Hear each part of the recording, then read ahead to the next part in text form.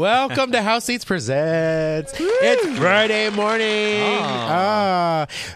Just so you know who that is in the song, that's Bette Midler sampled into there. Really? And happy 71st birthday to Bette Midler today, too. Happy birthday. Happy birthday, Bette Midler. Yeah, coming to my house.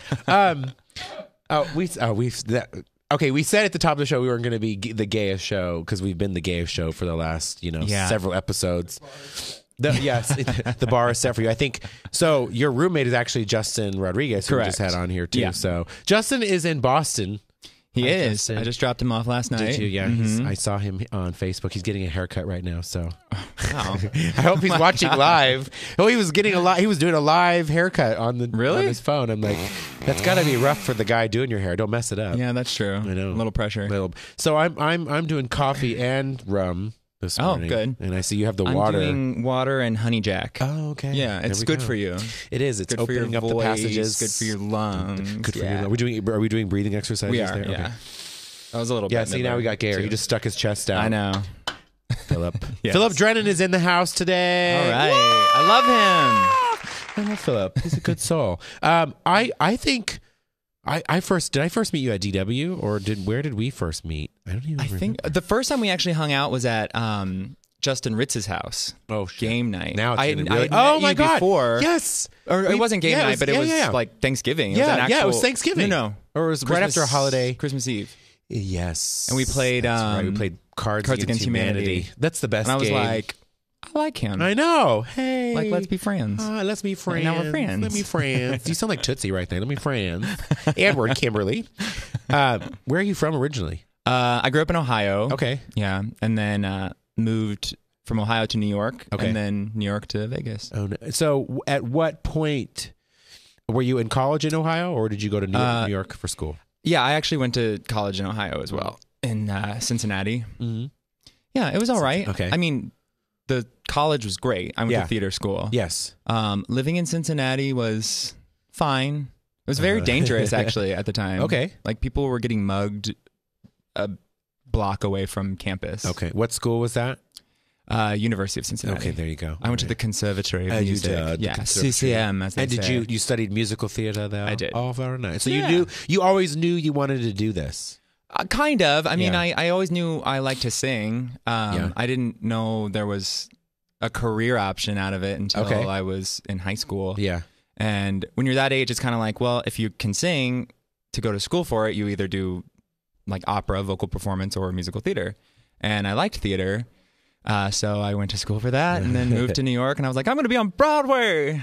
What was your first show in Cincinnati that you did at the school? What was your very first show that you were in? Good question. On the Town. On the Town? Yes. Okay. And that was at Still college? one of my favorite musicals Was ever. that in college or was that? Okay. Nice. Yeah. How many, I went to UNLV for a short time, and I always wondered how many productions do you guys put on a year that you get your experience in, in those college years? Yeah. It depends where you go to school. I mean, Cincinnati has one of the oldest musical theater programs, which is partially why it's kind of a reputable school. Nice. Therefore, they have the money and the backing to do. We did 5 productions a year, 3 main stage and then 2 black box. Yeah. I would say on average, schools probably do 2 or 3 large musical productions. You can tell Philip is theater because he says therefore. Therefore. I mean, it's like a whole. This is It's not scripted. That's people. Shakespeare right there. Did you do Shakespeare in college? Thusly, you did these. Mm-hmm.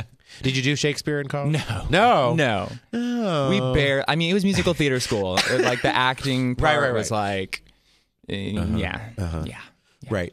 We still had to cry and like scream at each other in class, which was. I hope fun. so. Yeah, I hope so. Yeah. So wait. Yeah. That one little rum went down the wrong pipe. Okay. Breakfast. I know. Captain Morgan and I. Captain goes really well with gingerbread lattes. That's nice. Yeah. Starbucks should think about that. I know, right? Yeah. I think Starbucks has a whole other career they could have with alcohol after hours. Of course, there are a before couple. hours. Yeah. Oh, yeah. I mean, there's Bailey's. a few. Well, I get a little nervous at my neighborhood Starbucks if they did that because they're all UMC doctors. So if I saw them picking up a little bit of Bailey's and coffee, I might be a little nervous about having my surgery. So, but they could do it at home. True. This is true. So take us through the journey. So then you ended up in New York. So you obviously right out of college. You said, I'm going to New York. Yeah, that was just the thing that everybody did. It was like you go to school for 4 years, get your degree, and go to New York. And then my school had a lot of people that went into it that probably could have just gone to New York at 18 and been successful. Kids. I had kids in my class that were like the little Cosette on Broadway and the little whatever the boys do, whatever. Yeah. So they were already professional musical theater actors, and I had only been doing it for a couple years, so I feel like I had a lot of catching up to do. And then once I got to New York, it was strange to see video going of you. It's me. Oh, that's nice. Actually, that was a fun project. We should go back to that. Yeah, well, in the timeline. Oh, yes. We have plenty of time with you, Philip. There is no rushing. Yeah. There was no rushing here. Actually, we can bypass this story because the point of it was that most of them got on Broadway, and I was like, what do I do? What was your first audition in New York? Oof. And how scared did you pee your pants? No, It's a valid question. I still pee my pants at auditions. I'm not even kidding. I pee my pants every Friday morning before we do the show. I had rehearsal for... Very wet on my chair. I know. The next person always loves my chair. Maybe it's just you asserting your dominance. It's not really my nerves. It's the rum. Yeah, could be. I don't really have any nerves. No. I just have a nose. I thought I was going to wear this leather jacket and be like, I'm going to keep the jacket on. Did you want to take your clothes off? No, but Ladies and gentlemen, I'm a little hot. You are hot. Yeah, you are hot. Philip is hot, by the way. Sitting across from him, he has very... you know what? This chair has been occupied by some fairly charismatic eyes. Yeah. From Jeff Lebo, who I couldn't stop looking at in the face. Andrew Ragone. I mean, beautiful. But your eyes... Just what are they like? Thanks. They're slate blue or what is that? Today I call them. Shut up! That's a valid color. Andy. Behind these hazel eyes. I know.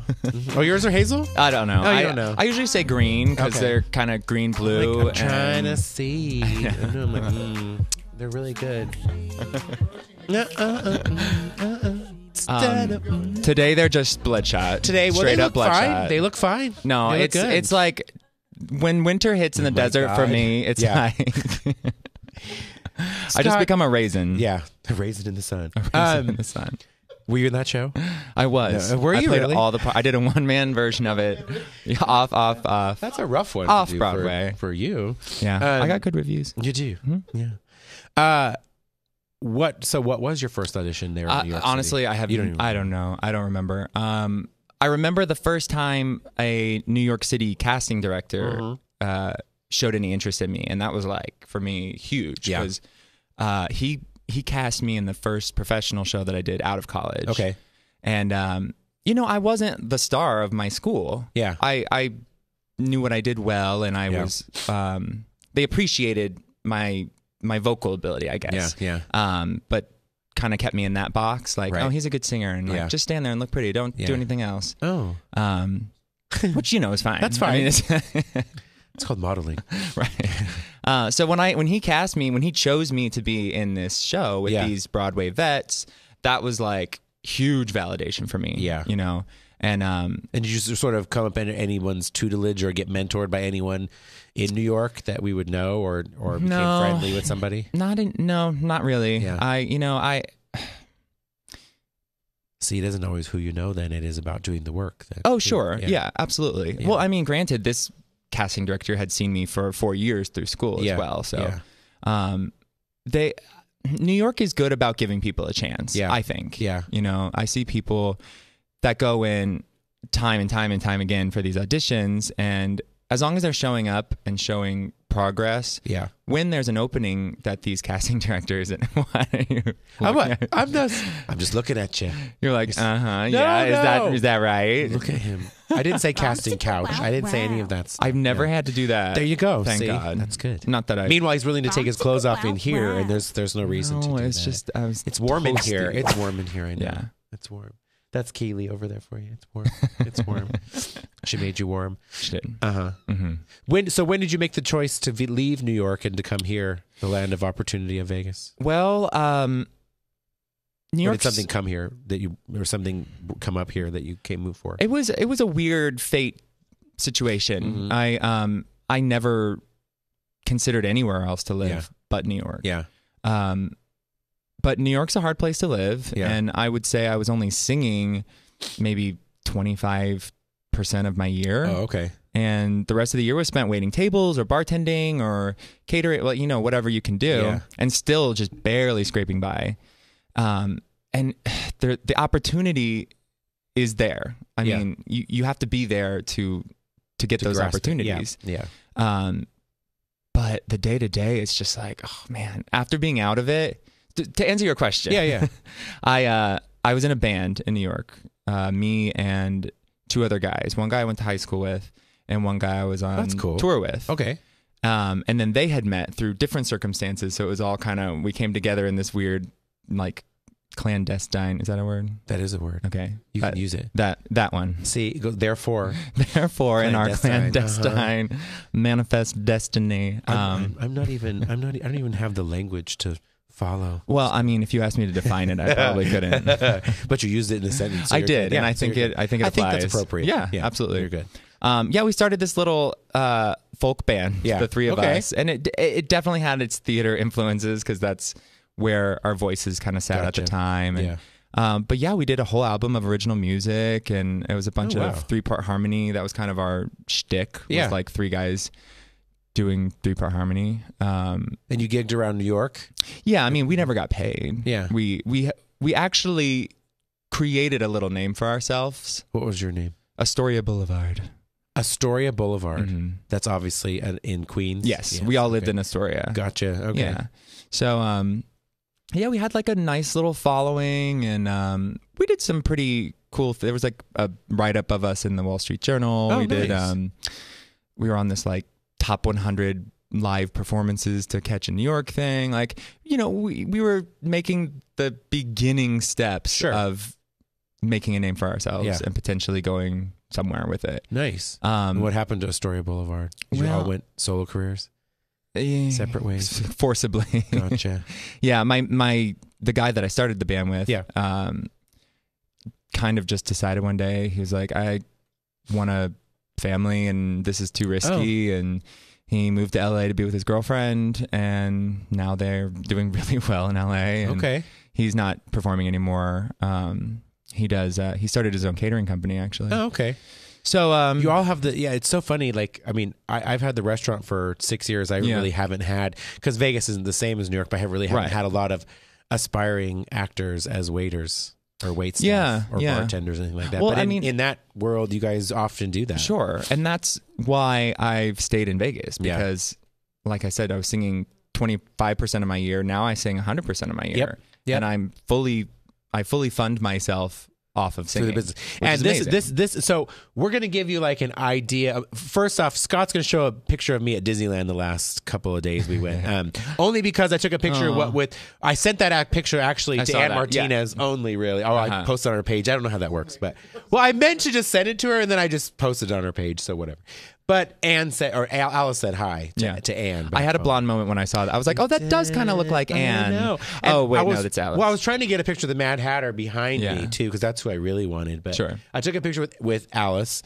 And the reason being now for you to show this picture is you are the male equivalent to Anne Martinez, or as we're calling you, Man Martinez. Man Martinez. Because you have, and this is an awesome picture of you, because you have, like you said, you have work 100% of the time here. You have made your business about performing here in Las Vegas. Mm-hmm. And I've seen you in a number of shows here in Las Vegas, and you are in a number of productions on your own and, other people's productions like, Monday's Dark. You backed up a lot. Yeah. Backed up, sang a lot. Not backed up, backing up. Yeah. And then you worked with us on Motown, and you worked with us on House Seats things. Yeah. But also, I saw you in 50 Shades Parody, and you're in Vegas the show. That's fun. That's a fun show. Oh my gosh, I had so much fun. People don't realize, if you haven't been, this is still at Windows at Bally's, right? Yeah. The showroom there. It is so much fun to watch. It's hilarious. It's an unexpected turn and twist on 50 Shades. That show could have gone so... Chris Hodges, he's very handsome, and you think that's the Christian Grey character, but that's like the brother of Christian Grey. I mean, if you haven't seen the show, it's hysterical. And it's smart. Like, it is. That's what I like about it. It's not... It could be just so easy to do all these like dildo jokes and call it a day, which they do, but they do it in a clever way. It's almost with like good that's the music. story. I mean, you really laugh at it from the sense that this could really be the story, and they changed the story Totally. to be a little more sexual Yeah. than you guys make it. And this and your show is popular in the Philippines, and apparently. all over Asia, right? This Yeah. this parody, but right now it plays, and you're still in the show. No, I'm not. Oh, you're not. actually, You're no. just in Vegas the show now too. Yeah. Okay. So you won't be able to see him in 50 Shades Parody, but it's fun. Yeah, It's a so really, fun. really fun show. I was only on stage for like 8 minutes of the whole Yeah. thing anyway, so it's fine. But you have very pivotal 8 minutes. Now, Vegas the show you've been in for how long? Have you been on and off in that show? Yeah, a year and a half. Okay. Yeah, I started as a swing. Yeah. So I would just go on, kind of third in line if they needed me. But now I have a couple permanent days, and then Josh Strickland, who does the track full time. If he ever takes time off, then I fill in for him, which is great because then That's I can awesome. kind of gig and do my own thing, the other 5 days of the week. And that show plays at David Sachs Theater at the Miracle Mile. Yes, I play in Hollywood. You're in there with Reva. Reva Rice. I am. Oh my God. I love me some Reva Rice. Girl is crazy. She's a little cray, but she is very passionate. Yeah. We have to give a shout out to her because every week it seems like somebody slips out the fuckery. Because you can swear on the show, by the way. Oh, okay. Oh. I mean, he doesn't Now you swear tell because he me. says therefore God damn it. and all kinds of words. He doesn't speak in those tongues. No, but I don't. We swear a lot.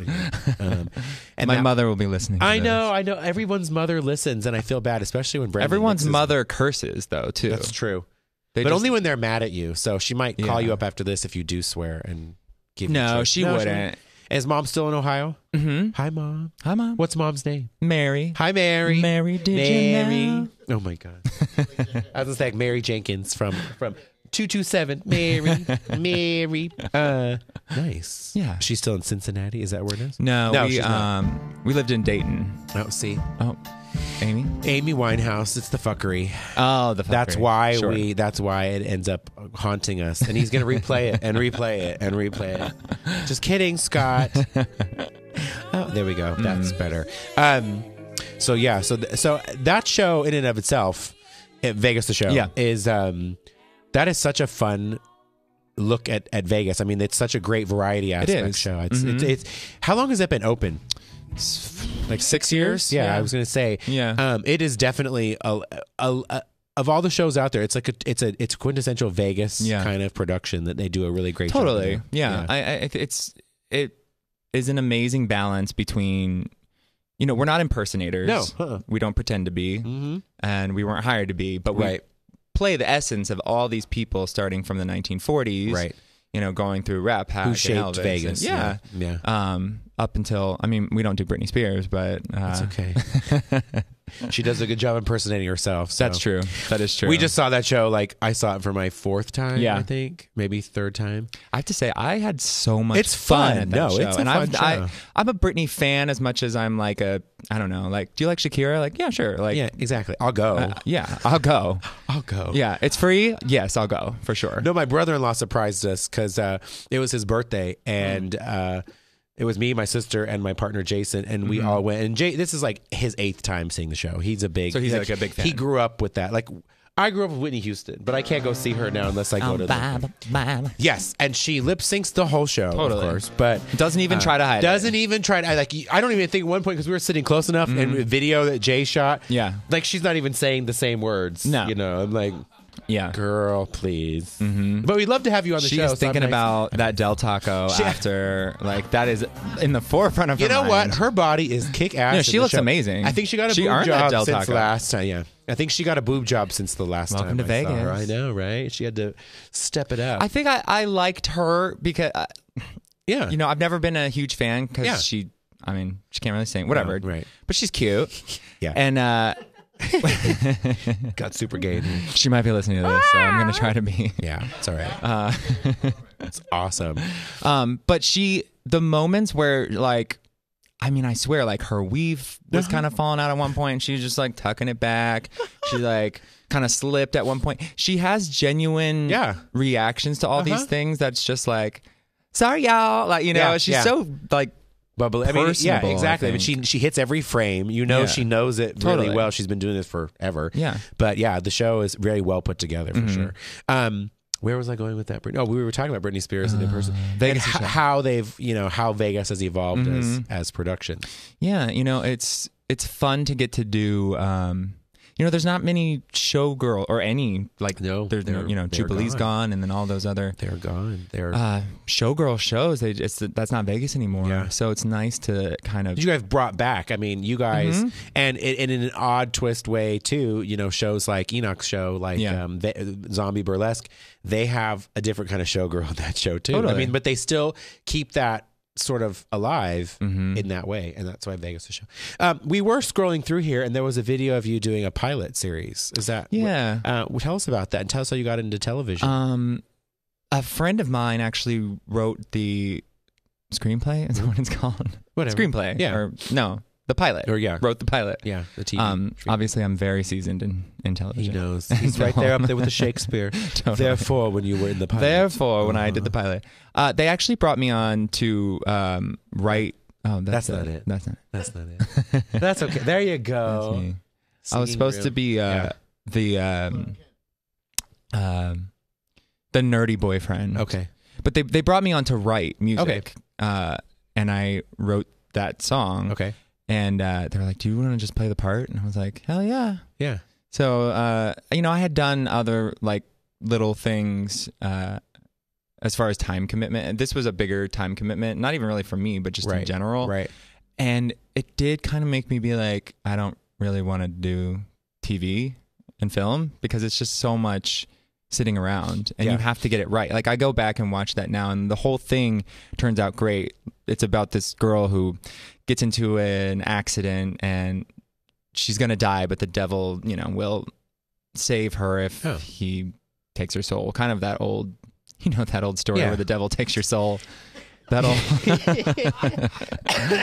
Yes, he helped us get into all the businesses we're in now. Yeah. We sold everything. Totally. Right? Absolutely. Therefore. And therefore we have run. I think actually if you just say that, like if you're in a conversation you don't know what to add, you can just be like, the devil made me do it. Or therefore. Therefore Fuckery. Fuckery. Oh. Yeah. Oh, that's Dan, who I started the band with. Okay. The one who right here? Yeah. Okay. That's your high school friend? No, we met doing this tour. Gotcha. Yeah. Okay. Nice. That show was so much fun. Were there cruise ships involved in your life? No. Oh, the first one. Oh my gosh. Yeah. I think every single person I've interviewed for the last 47 episodes have all said, when I was in my cruise ship days. Oh, thank the Lord. I never did it. I feel comfortable saying this now that I know more about that world and that it's a difficult world to survive in, and you have to be on top of your game. And those singers, people that they're amazing. Yeah. Dancer, everybody, you have to be very talented. But I was kind of told that that's not something that, I would want to do. Yeah. Yeah. You get a huge cross section of people and you perform in front of, I'll tell you this story real fast. I know we went on a cruise recently and I'd worked for Blue Man Group 16 years ago when I first landed in Vegas, and these people, they had Blue Man Group on the boat. It was a Norwegian cruise line, and the Norwegian cruise line is a little bit older. The only I've only been on one cruise. Yeah. It was with Norwegian. So we're in there, and I remember 16, 17 years ago trying to hand out tickets in the Luxor to people playing like, hey, come and watch the show. Like, I don't understand what that is. Blue Man, whatever. To see it now, where these people were filing into their seats, older folks, and going, oh my God, you haven't seen the Blue Man Group? They're amazing. And I just had this moment of like, oh my gosh, 16 years ago, we couldn't give these tickets away. Right. And now it's a full house on the cruise ship of people going, did you see them? I saw them in Chicago. I saw them in New York. I saw them on tour. Which, who would think to take that gamble? Like, right. I have this idea. Yeah. 3 bald guys, completely blue. Oh, yeah. Throwing shit at people. And it's funny. Their story, they just celebrated, I think, 25 years of Blue Man, I think. And they came out with a book. But yeah, they did thousands of shows before one of them got injured and realized they put someone else in who had, been like a stand-in and realized one of them had seen it and seen the show that night and said, I can make a business out of this and make people Blue Men. So, Smart. There we go, and they became. I've never auditioned for it, but I've heard stories about drummer. it. You have to be a certain height. Therefore, but to have good eyes, and he already has them. So, And you don't know my drumming ability. I don't know. Try it. It's not. Scott loves when you bang on the table. I know. Don't do it. No, it sounds like a crazy rigorous. Oh yeah, I know. He will shoot us down. That's the Republican in him. So normally we talk about what I had done over the. We missed that part. I'm just going to really quickly scroll over that so you can see. We went to a Carrie Underwood concert. Love her. I know. I have. First of all, when I went to the show, I was at T-Mobile Arena last week. I thought for some reason I was going to a Kelly Clarkson show because different idol. I didn't even know. Okay, I have to believe. And then Fantasia Barrina walked out, and I was like, "What is this?" I have to believe she's probably the most popular idol winner now. Yeah, because probably. She filled a T-Mobile Arena pretty much. Yeah. And I was surprised at all the songs that I didn't know of hers. Mm-hmm. To give you a picture of the crowd difference, we'd gone to a Kanye concert like a couple weeks before. It was a crazy, crazy energy to come into this space. She is amazing. I mean, her stage presence is Kanye put on an amazing show too, but she had this stage that just went up and down and there was confetti and there was lasers and for a country show, which is her roots. She brought the house down. She did I Will Always Love You, Dolly Parton-ish version, paying homage to her. She did an amazing job and she sang the whole way through. Yeah, her voice is great. Stellar performer. Is that some type of person that you would aspire to be, as something along those lines? Yeah, totally. Yeah. I mean, I think when you sang at home in your bed with like a the microphone or a little broom or whatever it is you used, Yeah. What did you feel? I don't know. I really only sang for my one little gay friend, Billy. Who, ladies and gentlemen, and I was his one little gay friend. Oh, that's cute. Yeah, we just spent Thanksgiving together. Actually, me and Billy. Okay, Hi Billy. Hi Billy. Hi Billy. He doesn't know how to turn on a computer, but he's very successful in the fashion world. That's good. Yeah, I would sing for him. I mean, we just grew up on the 90s jams. Yeah. So I always say Mariah Carey taught me how to sing. Yeah. Like the reason I can do any vocal tricks is because I just would literally listen to her and learn all of her intricate little runs. She has quite a range too. Yeah. And when I was a young lad, I could actually hit the do you know how much she's gotten paid for this song though? Oh, man, like I know. over $50 million in royalties. And it is the quintessential Christmas song now. Yeah, definitely. I love that we're ending on Mariah. Have you seen Mariah's show? I have not. Why not? Are you scared? No 'Cause reason. It doesn't keep up with you know what I have to say? This is really bougie of me to say. In Vegas, don't you think we're really spoiled about comps and just VIP treatment when you work here? And I'm like, nobody offered me a ticket, so I haven't gone. That sounds hint. That sounds familiar. We have probably said this about a dozen times on our show. We still have yet to see Jennifer Lopez's show. I haven't either. I'm waiting for my comp, Planet Hollywood. I know. When that opened, it was like every single person I knew in Vegas was like, I know. at they all the went. dress rehearsal. I will talk about it invite. many, many times over on the show. Yeah. Say, I love you, Jennifer Lopez. You're more than welcome to come on this show. Yeah. Girl. Anyway, so no, you are true. It is true. We get spoiled not seeing stuff because we're waiting for I should be getting an invite soon. It was lost in the mail, honey. It could have been, yeah. I think mine was. I moved a couple times. Yeah. I have a different unit numbers. Yeah, so maybe they lost it. That's what it is. Mariah the IRS still finds me, but the show does not. Right. It's so sad. It's so sad. Philip, it's been a pleasure having you on the show. Yeah, thanks for having me. Where are we off to now? Are you going to do a show right tonight, now? I started a caroling company this year. Nice. I franchised an existing caroling company from LA. Yeah. So we'll be at downtown Summerlin tonight and tomorrow, and the park on the Strip on Sunday. So tonight you're at downtown Summerlin? Yeah. Caroling? Yeah. Caroling. Wearing something very similar to this. Yes, he'll be wearing his leather jacket, ladies and gentlemen. This is inspired by my outfit. And he has not been drinking today. No. It's honey. He's just drinking wassail. Wassail. Yeah. Therefore. Thank you so much. Thank you very much. Enjoy your weekend, everybody. Thank you for watching. Bye. Cheers. Woo. Cheers.